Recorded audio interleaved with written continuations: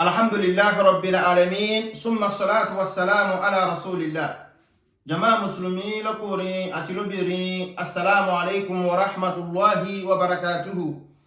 Adúpẹ́ lọ́dọ̀ Ọlọ́run, atọrọ ìkẹ́ ìgẹ̀ fún adéwálé ànábì wa Muhammad sallallahu alaihi wasallam. Ẹ ma yá mi nínú Islam, Ramadan tá ń gbà, ẹ dákun ẹ jẹ́ wádìí ẹ̀ dáadáa, báwo la ṣe ń gbàwẹ̀, báwo ló ṣe ń gbé ká gbàwẹ̀.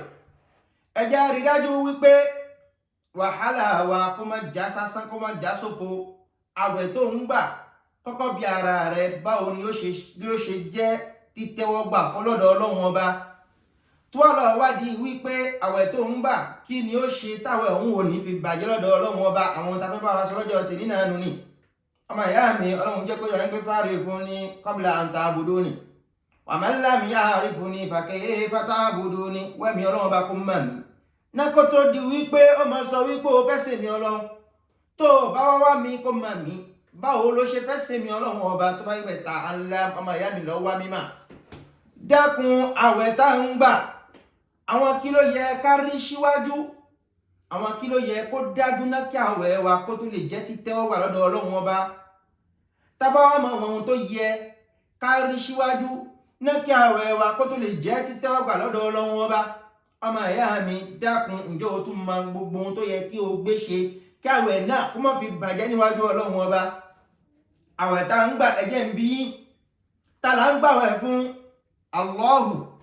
Ọlọ́run ọba là ń gbàwẹ̀ fún o. Ọlọ́run wá jẹ́ kó yé wa wípé kí ni as-sawmu li wa ana ajzi bihi.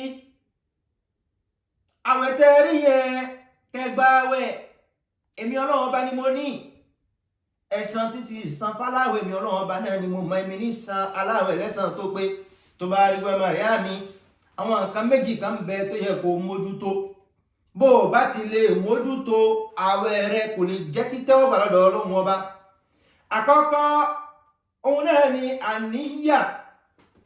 Lọ́ní àníyàn pọ́nbélé wípé o fẹ́ gba àwẹ̀ Ramadan. Gbogbo ẹni tí o bá ti dà níyàn ń pé òun fẹ́ gba àwẹ̀, àwẹ̀ ò lè wọlé. Àwa Yorùbá àbàjẹ́ gan. Ìsínà gbọ́ pé èèyàn kan sọ, Ọlọ́run gbọ́ ká ti mọ̀ pé mo fẹ́ gba àwẹ̀. Irọ́ lásán ni. Irọ́ pọ́nbélé ni.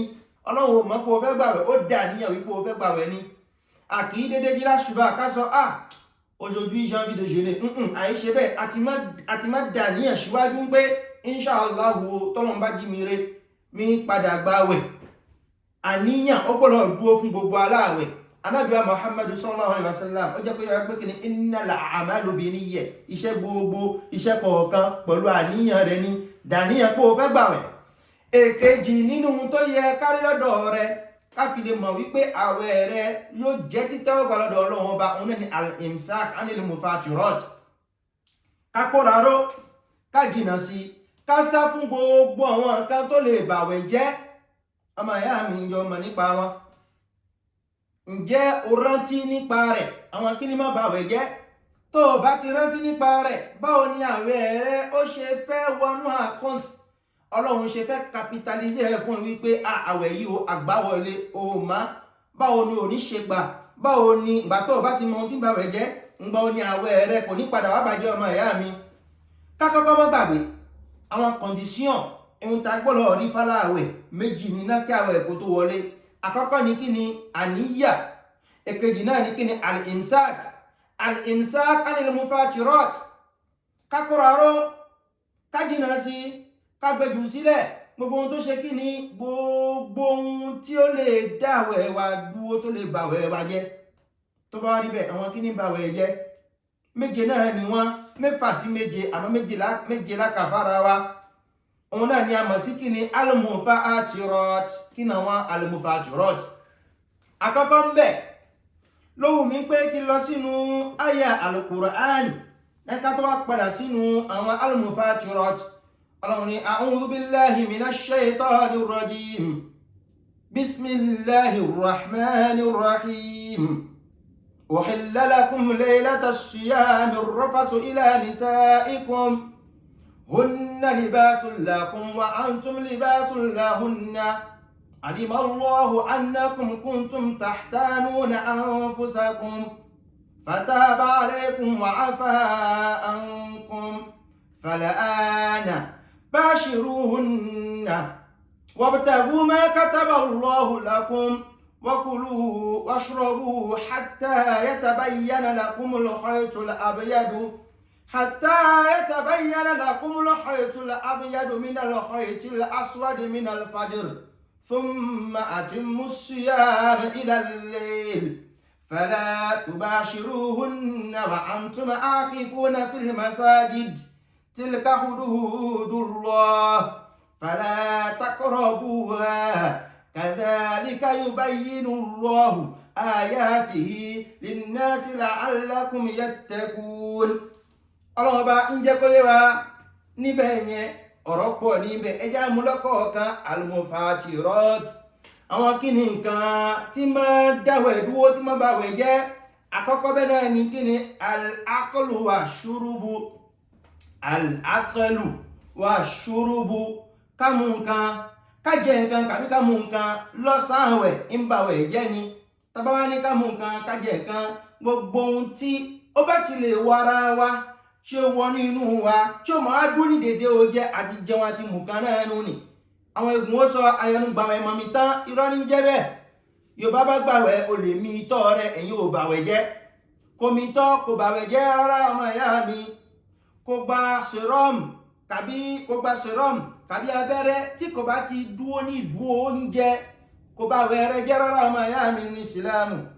Àkọ́kọ́ ohun tí ń bàwẹ̀ jẹ́ òun náà ni kíni al-aqlu wa shurubu. Èkejì nínú ohun tí ń bàwẹ̀ jẹ́ òun náà ni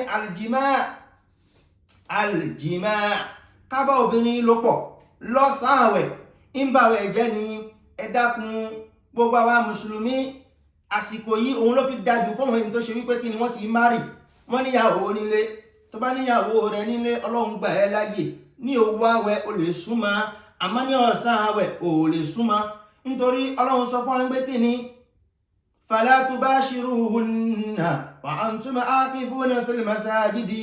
Ó ká bẹ́ẹ̀ lọ àmọ́ lákàtọ́ débẹ̀ ó kọ́ sọ fún wa níbi kan pé al'ana fal'ana bashiruhunna nítorí ibi tó gbé kó tẹ́lẹ̀ ní pé tó bá di inú òru fi ilẹ̀ láti siyami tó bá di inú òru fal'ana bashiruhunna ẹ máa súnmọ́ wọn.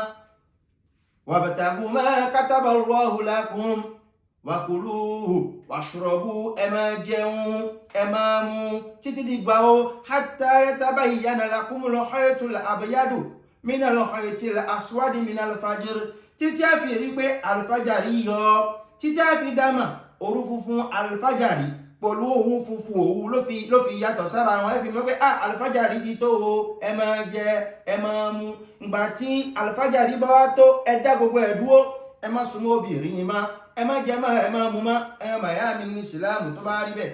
Ọlọ́run ní thumma atimmu siyama ila al-layli ẹ má wá gbààwẹ̀ láti ìgbà tí alfajari ti yọ títí a fi wá kan àṣálẹ́ a fi kan ìgbà tí òun ló ti wọ̀ tí òun ò ní sí má ẹ má yá mi ní ìsìlámù. Àkọ́kọ́ ohun tó yẹ ká mójútó al-aklu wa shurubu ń bàwẹ̀ jẹ́ àgbọ̀lọ̀ jẹun lọ́sàn-án àwẹ̀ àgbọ̀lọ̀ mú mi lọ́sàn-án àwẹ̀. Ìwọ tó bá gbàgbé o tó jẹun tó mú mi àwẹ̀ ò bàjẹ́ àwẹ̀ kó mọ́ lọ. Ọmọ ìyá mi èkejì ohun tí ń bàwẹ̀ jẹ́ òun náà ní kíni aljima kábọ̀bìnrin ló pọ̀. Ìwọ tó bá ṣe wípé lọ́sàn-án àwẹ̀ o ò lè pọ́ra àró ó gbẹ̀yẹ́ débi wípé lọ́sàn-án àwẹ̀ wá lọ bọ́ obìnrin ló pọ̀ ó ti dáràn kàfàrọ̀ àti wá dáràn kàfàrọ̀ yẹn solution mẹ́ta ní bẹ fún. Àkọ́kọ́ ń bẹ òun náà ni kò lọ bókun ẹrú kó lọ hun ẹrú kan.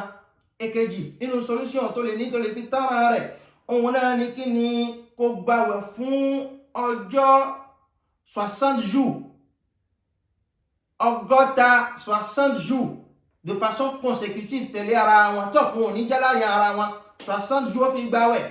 Solution kejì tó lè fi tára nìyẹn. Solution kẹta Ọlọ́run bá mọ̀ ó mọ̀ mí dákun má torí kò náwó kó máa ṣe bẹ́ẹ̀. Ọlọ́run ní solution kẹta tó lè fi tára ẹ̀ṣẹ̀ yẹn òun náà ní kí ni kó fún aláìní 60 pauvres kó nu orí wọn. Ọmọ ìyá mi tó wá rí bẹ́ẹ̀ ẹ dákun o ẹ má ṣe já súnmọ́ obìnrin lọ́sàn-án àwẹ̀. Ẹ̀kẹta nínú ohun tí a rí tàbí sọ pé nǹkan tí ń bàwẹ̀ jẹ́ ni òun náà ni inzalul maniyyi kí nǹkan ọmọkùnrin omi tí ń bẹ lọ́hùn yẹn tàmọ̀ sí sperm kó máa dà lára ọkùnrin. Tó bá jẹ́ wípé omi bẹ́ẹ̀ ó kódà lẹ́yìn ìgbà tó sùn tó mọ́ ni àwẹ̀ ò bàjẹ́ ò dìde kò lọ́wọ́ jánábà kó padà sínú àwẹ̀ àmọ́ ó wá ń fi nǹkan ọmọkùnrin ṣeré tàbí orí akátá kan tí ń lọ lọ́nà tàbí obìnrin kan ó yáyí owó títí nǹkan ọmọkùnrin fi dà lára rẹ̀ nǹkan burúkú ni àwẹ̀ rẹ̀ ti bàjẹ́ nzálùmọ́ni yìí kí nǹkan omi ọmọkùnrin yẹn tá a mọ̀ sí sperm kó sọ̀kalẹ̀ kó jẹ́ kó wọ́n náà lò provoke ń bàwẹ̀ jẹ́ ni ẹ̀kẹrin nínú nǹkan tí ó yẹ ká ṣọ́ra fún òun náà ní kí ni àwọ̀kọ́ ìwọ̀n amadan kábì ká mọ̀ọ́mọ̀ káfíbì káti ká bọ́ọ̀nà fún káfíbì tàbí ká mọ̀ọ́mọ̀ káfíbì ń bàwẹ̀ jẹ́ ni ìwọ tó mà tíbi gbé ẹ tó bì kò bàwẹ̀ jẹ́ lọ́fọ̀ ẹnu nù kò má bàwẹ̀ ẹ lọ àmọ́ ìwọ tó ṣe pé lóòótọ́ ò mà rárá ìbí àwẹ̀ ẹnu fún ọ ó wá mí padà àwẹ̀ ẹ ti bàjẹ́ ó gbọ́ mi ọmọ ìyá mi owó ọkọ́ ló provoke ibi ọ̀hún ibi náà ó wá ní ò lè ibi tí ẹ̀ àti gbọ́ àmọ́ ò gbọ́dọ̀ mí padà tó bá ti fi lọ mí padà ó àwẹ̀ ẹ ti bàjẹ́ ọmọ ìyá mi ẹ̀ka àwọn nínú nǹkan tó yẹ kó mójútó òun náà ni nínú nǹkan tí ń bàwẹ̀ jẹ́ lẹ́yìn ìgbà tó bá wà nínú àwẹ̀ ọmọ ìyá mi lóbìnrin tó wá ṣe wípé àwọn háídọ̀ ìkan oṣù ẹ ó jáde ta fi ń dá ẹ̀mọ́ lóbìnrin àwẹ̀ ti dúró gbogbo obìnrin tó bá ń ṣe háídọ̀ lọ́wọ́ kò dìgbà tó bá gbàwẹ̀ kó gbàwẹ̀ jù sílẹ̀ ẹ̀kẹfà nínú nǹkan tí ń bàwẹ̀ jẹ́ àrùjọ àníyá káti náà níyàn tẹ́lẹ̀ nípa afẹ́ gbàwẹ̀ kó wá di pé à ń gbàwẹ̀ lásán ó ti má ti dáwẹ̀ ìdúró nísìn kan ó ti ń gbàwẹ̀ lọ ó wá ní àníyàn wípé ǹjẹ́ àwọn ò ní dáwẹ̀ ìdúró kó ń fi ṣe kan báyìí àwọn ẹ̀ ti bàjẹ́ ọmọ ìyá mi ẹ dápẹ́ já jìnnà sí èkeje tó jẹ́ wípé ìyá apá ẹnu ikhtilaf ń bẹ lórí ẹ̀ òun náà ni al-hijama àwọn apá kan sọ wípé ń bàwẹ̀ jẹ́ àwọn apá kan sọ wípé kò bàwẹ̀ jẹ́ ẹjá wò al-hijama kí ní jẹ́ bẹ́ẹ̀ pratique prophétique kan ni tó ṣe wípé àwọn ẹni tí máa ṣe massage tàbí àwọn ẹni tí máa wọ́ gungun a máa wo ibi tí bá ròyàn tàbí ibi tẹ́jẹ̀ bá rúgọ sí a máa là á fi máa jẹ́ kẹ́jẹ̀ yẹn kó jáde níwọ̀nba wọ́n tó bá ṣe wú ẹ̀ nínú Ramadan tó jẹ́ pé ìwọ̀nba chinkina lẹ́jẹ̀ tó jáde tamọ̀ sí ventouse ní français àwọn ò bàjẹ́ lọ́dọ̀ wọn apá kan àwọn ẹ̀ bàjẹ́ lọ àmọ́ èyí tó fi konu jù tó bá jẹ́ díẹ̀ náà ló jáde àwọn ò bàjẹ́ àmọ́ tó bá lọ jẹ́ pé ventouse náà wọ́n ń ṣe débi pé ẹ̀jẹ̀ tó jáde bu háyà gan tó lè padà wá kó bá àlàáfíà rẹ̀ àwọn ẹ̀ ti bàjẹ́ ẹ̀yìn ò bá jẹ́ ohun tó yẹ ká mọ̀ nípa báwo ni àwẹ̀ wa ló ṣe jẹ́ títẹ́wọ́gbà lọ́dọ̀ Ọlọ́run ọba àti báwo ni a ṣe gbà táwẹ̀ wa kò fi ní bàjẹ́ lọ́dọ̀ Ọlọ́run ẹ̀yìn ọmọ ìyá mi ní èdè Yorùbá ìwọ̀nba ohun tá lè sọ fọ́lá wa náà nìyẹn chers frères et sœurs d'islam. Nous allons rapidement faire un résumé sur le thème d'aujourd'hui. Il ne sert à rien pour un musulman de jeûner au cours du mois de Ramadan sans savoir comment garantir son jeûne et sans savoir comment faire pour que au moins ce jeûne-là soit capitalisé, qu'il soit accepté définitivement par Allah subhanahu wa ta'ala.